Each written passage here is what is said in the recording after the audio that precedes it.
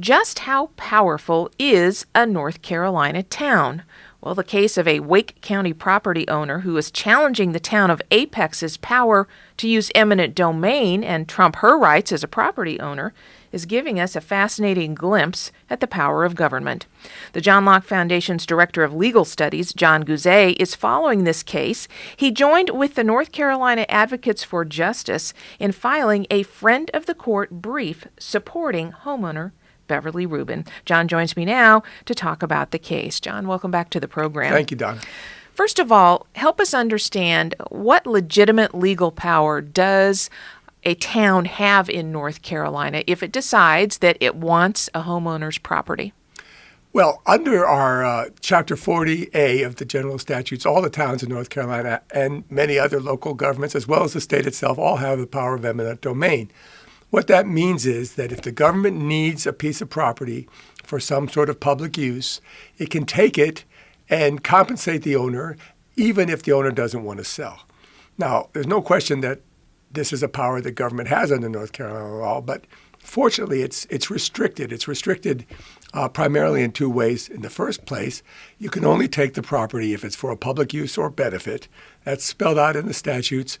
And in addition, our courts have interpreted the Law of the Land Clause of the North Carolina State Constitution as incorporating that same requirement. It has to be for a public use or benefit, and you also have to fairly compensate the owner for their loss. Fair to say that typically this is used when a government wants to build a road, build a bridge, a sewer, something like that. Of course, those are classic examples of a public use. But there are some difficult cases where it's hard to tell, and this actually was one of them. It was kind of surprising, but we'll get into that when the conversation goes on. Well, let's talk about what is going on in Wake County. The town of Apex is involved here with a property owner named Beverly Rubin, and this involves the town's power of eminent domain, but things have really gone awry, and this has been a long-term legal battle here. What is Beverly Rubin's plight? Here's what happened. A developer, really not a developer, more of a land speculator, was buying up a lot of rural property surrounding Beverly Rubin's land. His object was to put it all together, obtain a sewer easement so he could be connected to the town sewer line, and then flip it, sell it at a profit. The problem was Beverly Rubin just didn't want to go along with it. She kept resisting, and eventually she told him to stop pestering her.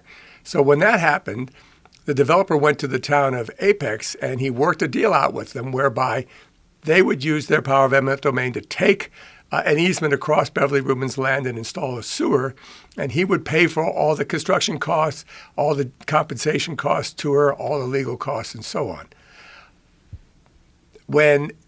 So they entered into a written agreement. The town of Apex went ahead.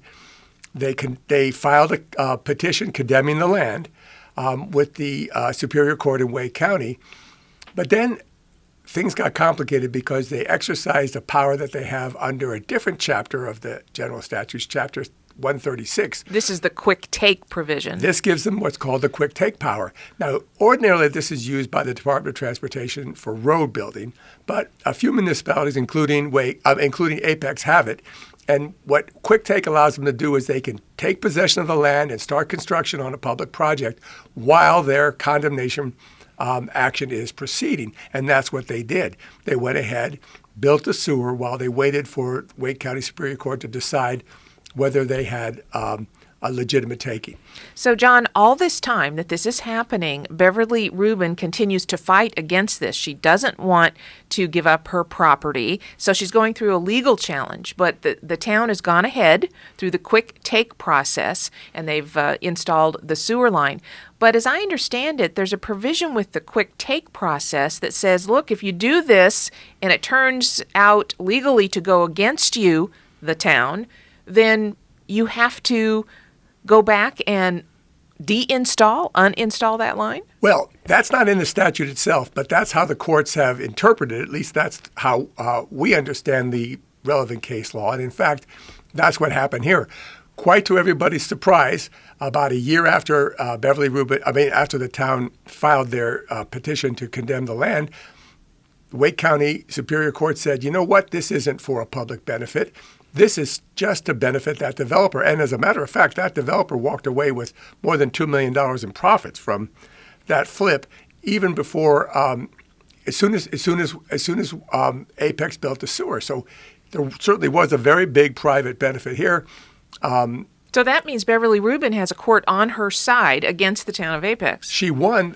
The Superior Court said this taking is unconstitutional, violates both the North Carolina Constitution and the U.S. Constitution, and it's null and void. So at that point, she wanted them to remove the sewer and give her land back. But Apex didn't agree. They appealed to the North Carolina Court of Appeals, where they lost. They appealed again to the North Carolina Supreme Court, where they lost again. But they still weren't happy, and they still weren't willing to remove the sewer.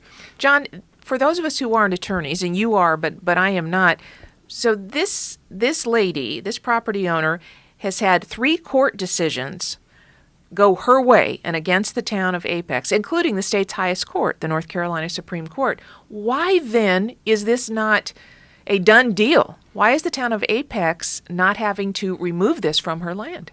Well, our position is that it should have been a done deal, but as it happened, Apex wasn't. Instead of accepting the judgment of the North Carolina courts, they filed a new suit against Beverly Rubin, asking for the Superior Court of Wake County, the same court that made the decision before, but with a new judge sitting, because the judge who heard it the first time had retired.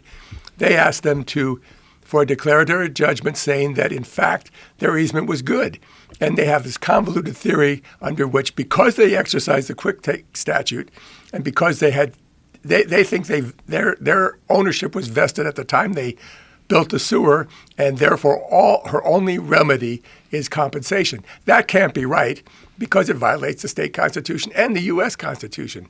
That's what we're arguing. And that gets us to the point where the Locke Foundation, you specifically helping to write the Friend of the Court brief, joined with the North Carolina Advocates for Justice, filing this brief. And essentially, you've laid out this argument in the brief. Tell us who the brief is filed with and what you're hoping comes of it. Well, Beverly Rubin has appealed that decision of the Wake County Superior Court to the Court of Appeals, the North Carolina Court of Appeals, and we've filed our brief in her support with the Court of Appeals. So, Jon, one might be thinking, my gosh, here's a lady, one person a homeowner who is trying to fight big government. She's won 3 times, and still she's involved in this legal battle. Some folks listening to us might be thinking, holy heck, what if this happened to me? It sounds as if North Carolinians need more protection from this. Well, they do. They do, Don. In fact, we've been advocating this for many years. We think there should be a constitutional amendment specifying the rules for takings in North Carolina. We also think that the statutes should be cleaned up and the protections strengthened under the statutory law as well.